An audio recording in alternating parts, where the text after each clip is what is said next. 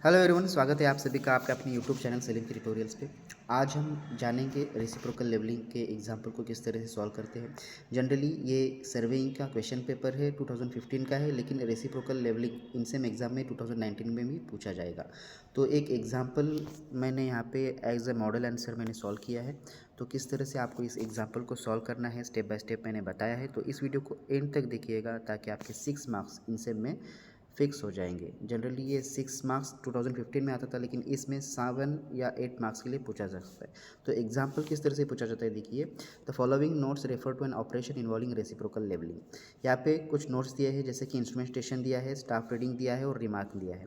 तो इस जो एग्जाम्पल को अच्छे से पहले ऑब्जर्व करें। यहाँ पे इंस्ट्रूमेंटेशन ए है एंड यहाँ पे मतलब ए के नज़दीक, ए इंस्ट्रूमेंट स्टेशन ए यानी क्या, near to A, near to B, यहाँ पे बी दिया है। स्टाफ रीडिंग ऑन ए मतलब स्टाफ स्टेशन ए के ऊपर रखा है और स्टाफ ए के साइड में क्या रखा है, इंस्ट्रूमेंट रख दिया है। तो staff reading on A 1.155, staff reading on B यहाँ पे दिया है 2.595, सेकंड स्टेट में दिया है 0.985 और नेक्स्ट बी पे दिया है 2.415। यहाँ पे डिस्टेंस ए बी जो दिया है 500 मीटर का दिया है और आर एल ऑफ ए जो दिया है 525.500। तो ये एग्जाम्पल का जो गिवन डाटा है इन्होंने दिया है, डिस्टेंस दिया है ए बी का, उसके बाद में रिड्यूस लेवल दिया है ए का। तो यहाँ पे समझने की चीज़ ये है कि सबसे पहले आपको स्टाफ रीडिंग, जैसे कि अभी आपको समझना चाहिए, जैसे कि ए पॉइंट यहाँ पे है, बी पॉइंट यहाँ पे है, इन दोनों में एक रेसिप्रोकल लेवलिंग किसे कहते हैं कि अगर कोई ऑब्स्टैकल दो स्टेशन में, मतलब मान लो कि लेवलिंग करते चले हैं हम और कोई सैडल आ गया, कोई नदी आ गई, कोई रिवर आ गई बीच में, तो ऐसे सिचुएशन में हम इंस्ट्रूमेंट जो है इस पर्टिकुलर सेक्शन में हम सेटअप नहीं कर सकते। तो एक तो यहाँ पे सेटअप करते हैं या एक तो यहाँ पे सेटअप करते हैं। तो जब हम इन दोनों पॉइंट का मतलब यहाँ पे ए पॉइंट है, यहाँ पे बी पॉइंट है, अगर इन ए बी में का अगर लेवल डिफरेंस हमें फाइंड आउट करना है तो एक स्पेशल प्रोसेस हम अडॉप्ट करते हैं, उसको हम रेसिप्रोकल लेवलिंग कहते हैं। तो यहाँ पे फर्स्ट सेट क्या होता है, नियर टू ए। कभी कभी क्या होता है पी एंड क्यू भी पूछा जाता है।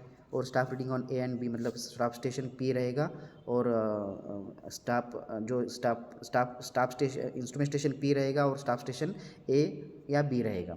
ठीक है, तो यहाँ पे सेट ए मतलब नियर टू ए, यहाँ पे नियर टू ए, तो ये जब रीडिंग ले लिया तो यहाँ पे ए पे ये रीडिंग लेगा, बी पे रीडिंग लेगा। सेकंड केस में यहाँ पे क्या होगा, इस सेक्शन में सेकंड सेट क्या होगा कि बी के नज़दीक लिया जाएगा, जैसे ये वाला, और यहाँ से ए के ऊपर का एक रीडिंग और बी के ऊपर। तो इस तरह से एग्जाम्पल में दिया गया है, इन दोनों का डिस्टेंस भी यहाँ पे पूरा दिया है उन्होंने, उसके बाद में आर एल ऑफ ए दिया है। ठीक है, तो देखते हैं एग्जाम्पल में पूछा क्या है। तो सेकंड पेज पे हम चले जाते हैं जैसे, तो यहाँ पे उन्होंने पूछा है कि true R L of point B मतलब reduce level of point B की पूछा गया है। उसके बाद में combined correction for curvature and diffraction एक फार्मूला है, उसका यूज़ करके आप डायरेक्टली फाइंड आउट कर सकते हैं।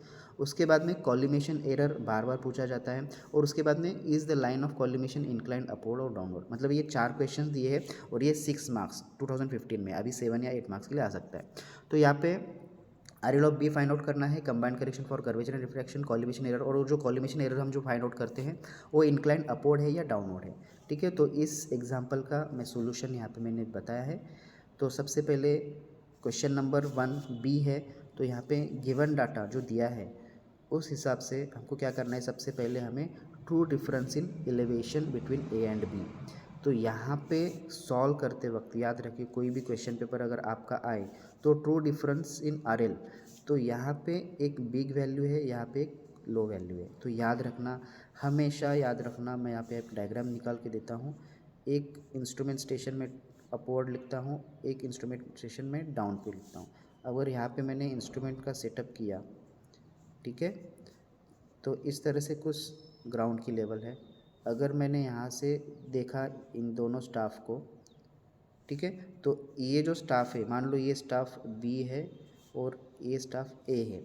तो इससे क्या समझ में आता है कि जो लोवेस्ट रीडिंग है, मतलब स्टाफ रीडिंग जहाँ पे मैं स्टाफ स्टेशन ए है, अगर वहाँ पे कम रीडिंग होगा मतलब उसका मतलब ये है कि वो जो पॉइंट है वो हायर लेवल पे है। यहाँ पे बी पे अगर मैं रीडिंग लेता हूँ तो रीडिंग देखना यहाँ से यहाँ तक लेूँगा, मतलब लोअर पॉइंट बी है। बी कहाँ पे है, लोअर लेवल पे है, लेकिन स्टाफ रीडिंग उसका ज़्यादा दिखेगा। मतलब जैसे कि यहाँ पे 2.595 यहाँ पे दिखेगा 2.959 और यहाँ पे 155 देखना। मतलब इससे क्या होता है साबित कि पॉइंट ए या बी इन दोनों में से हायर लेवल पे कौन सा है। तो याद रखना जिस स्टाफ स्टेशन का या जिस स्टाफ का रीडिंग लो रहेगा, कम रहेगा, वो पॉइंट हायर लेवल पे रहेगा। जिस स्टाफ का रीडिंग हाई रहेगा वो पॉइंट लोअर लेवल पे रहेगा। ठीक है, इससे क्या होगा कि आपको आरएल फाइंड आउट करने में मदद हो जाएगी। ठीक है, तो सबसे पहले यहाँ पे ट्रू आरएल फाइंड आउट करने का मेन एक शॉर्टकट है कि बिग वैल्यू, फर्स्ट सेट में से big value minus small value, second set में big value minus small value, इन दोनों की एडिशन डिवाइडेड बाय 2, ये होता है true difference in RL between A and B. तो यहाँ पे मैंने एक शॉर्टकट वाला फॉर्मूला इस्तेमाल किया है। तो यहाँ पे क्या है, true difference in RL 2.595 minus 1.55 plus 2.45, ये फॉर्मूला इस्तेमाल करके आप यहाँ पे क्या करिए, true difference in RL between A and B निकालें। ओके, और यहाँ पे याद रखना कि यहाँ पे एक चीज़ लिख सकते हैं कि since staff reading on A is lower, कम है, therefore the staff station A is at higher level than B. मतलब स्टाफ स्टेशन जो है ए वाला स्टाफ स्टेशन बी से क्या है, हायर लेवल पे है। ठीक है, therefore R L of B, मतलब सेकंड क्वेश्चन जो बताया उन्होंने, true R L of B find out करो। तो यहाँ पे हम फाइंड आउट कर सकते हैं R L of B is equal to R L of A minus true difference. मतलब ट्रू डिफरेंस का इस्तेमाल करके आप true R L of B find out कर सकते हैं। मतलब R L of A minus true difference, minus क्यों आया, क्योंकि R L of that is point A क्या है, हायर लेवल पे है, और पॉइंट बी क्या है, लोअर लेवल पे। R L of A already हमें क्वेश्चन में दिया गया है। ठीक है, और ट्रू डिफरेंस हमने यहाँ पे फाइंड आउट किया है, उसका इस्तेमाल करके true R L of B हमने फाइंड आउट किया। तो ये आंसर एक हो गया। ठीक है, मतलब 4 में से एक आंसर आ गया। नेक्स्ट है second, combined correction for curvature and refraction. अब combined correction for curvature and refraction के लिए एक इंपॉर्टेंट फॉर्मूला है CC। ठीक है, combined correction for curvature and refraction, या इसको CCR भी कहते हैं। तो यहाँ पे फॉर्मूला याद रखना 0.0673 डी स्क्वेयर। डी होता है डिस्टेंस, याद रखना डी होता है डिस्टेंस इन किलोमीटर। याद रखना ऐसे वाले जो फॉर्मूले रहते हैं ना, उसमें डी की वैल्यू हमेशा किलोमीटर में पुट करना होता है। आपको एग्जांपल में देखो, यहाँ पे आपको एग्जांपल में उन्होंने मीटर में दिया है। ठीक है, तो आप अगर मीटर में पुट करेंगे तो वो आएगा नहीं। ठीक है, मतलब जो फॉर्मूले का जो कंस्ट्रक्शन ही किया है कि आने वाला आंसर जो है आपको मीटर में आएगा। मतलब इस CC की वैल्यू आपको मीटर में मिलेगी, लेकिन डी की वैल्यू आपको किलोमीटर में पुट करना है। तो मैंने यहाँ पे डिस्टेंस हमको क्या किया है, 500 मीटर दिया है, उसको क्या किया है अपने 0.5 किलोमीटर यानी 1000 से डिवाइड करो, और उसको क्या करो CC यानी combined correction for curvature and refraction क्या करो, फाइंड आउट करो। ठीक है, तो ये हो गया सेकंड हमारा इम्पोर्टेंट आंसर। उसके बाद में नेक्स्ट 2 आंसर्स जो है मतलब यहाँ पे कंसीडर द, मतलब अभी कॉलिमेशन एरर फाइंड आउट करना है। तो कॉलिमेशन एरर क्या होता है कि जब भी हम इंस्ट्रूमेंट को सेट करते हैं तो उसकी जो लाइन ऑफ साइट होती है, एक तो इंक्लाइन अपवर्ड हो सकती है, इंक्लाइन डाउनवर्ड सकती है। वो जो इंस्ट्रूमेंटल एरर होता है उसको हम कॉलिमेशन एरर कहते हैं, जिसको लाइन ऑफ साइट भी कहते हैं।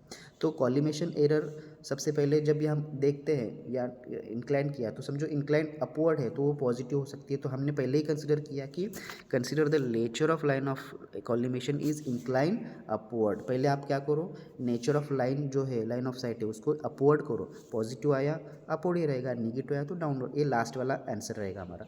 तो इफ़ ई को हमने नोटिफाई किया collimation error then it is positive, मतलब ये पॉजिटिव है। ठीक है, तो केस 1 यहाँ पे लेना है। जो केस 1 मतलब यहाँ पे इंस्ट्रूमेंट जो एग्जांपल दिया है, इस केस 1 को हमें क्या करना है, लेना है, एक मिनट, इस केस 1 को हमें लेना है,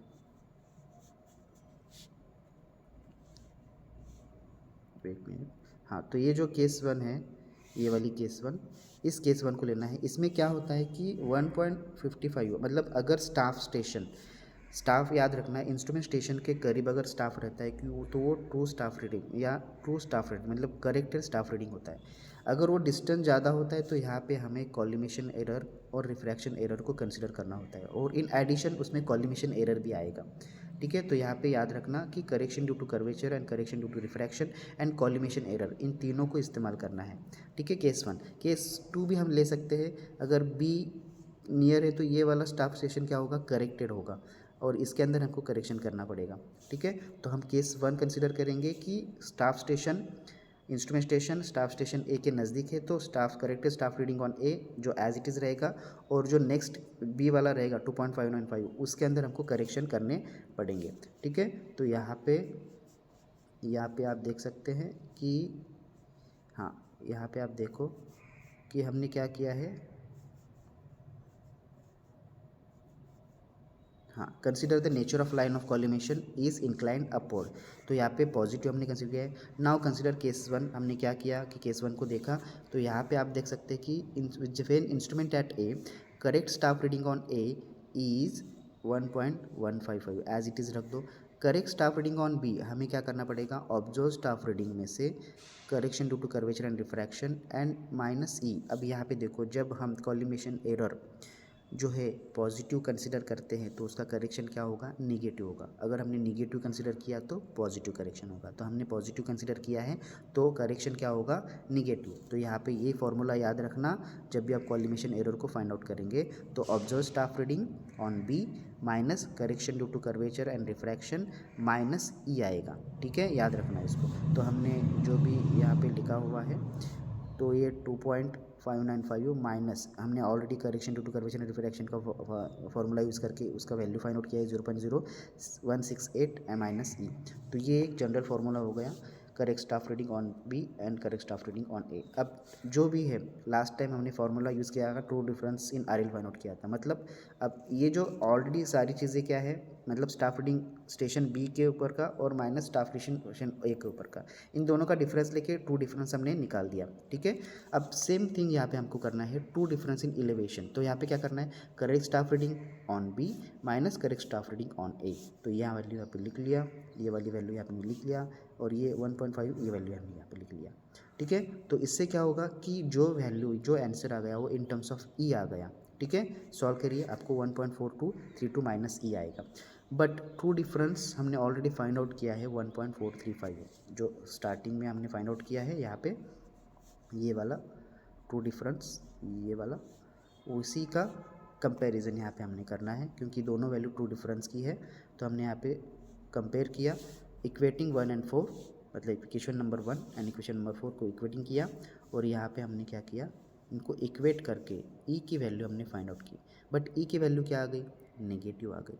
मतलब हमने जो कंसिडर किया था पॉजिटिव आया वो नेगेटिव। मतलब यहाँ पे हम कंक्लूजन यहाँ पे कर सकते हैं कि since collimation error that is E is negative, hence our assumption of inclined upward, हमने जो इंक्लाइंड अपवर्ड हमने अजम्पशन किया था वो वॉज रॉन्ग, हमारा रॉन्ग था। The actual line of collimation is inclined downward, मतलब एक्चुअल में क्या होगा, इंक्लाइंड डाउनवर्ड होगा। तो इसमें क्या होगा, जो भी क्वेश्चंस आपके थे, ठीक है, ट्रू आर एल हमने फाइंड आउट की, combined correction due to curvature and differentiation find out किया, कॉलिमेशन एरर भी फाइंड आउट किया, और उसको हमने प्रूव भी किया कि वो अपवर्ड है या डाउनवर्ड थी। यहाँ पे क्या थी, डाउनवर्ड थी। तो इस जो आंसर को आप क्या करें, फॉलो करें, और इसी तरह से आगे के जो क्वेश्चंस हैं उनको भी क्या करें, हम सॉल्व करें। चलिए मिलते हैं नेक्स्ट वीडियो में, तब तक अपना ख्याल रखें, धन्यवाद।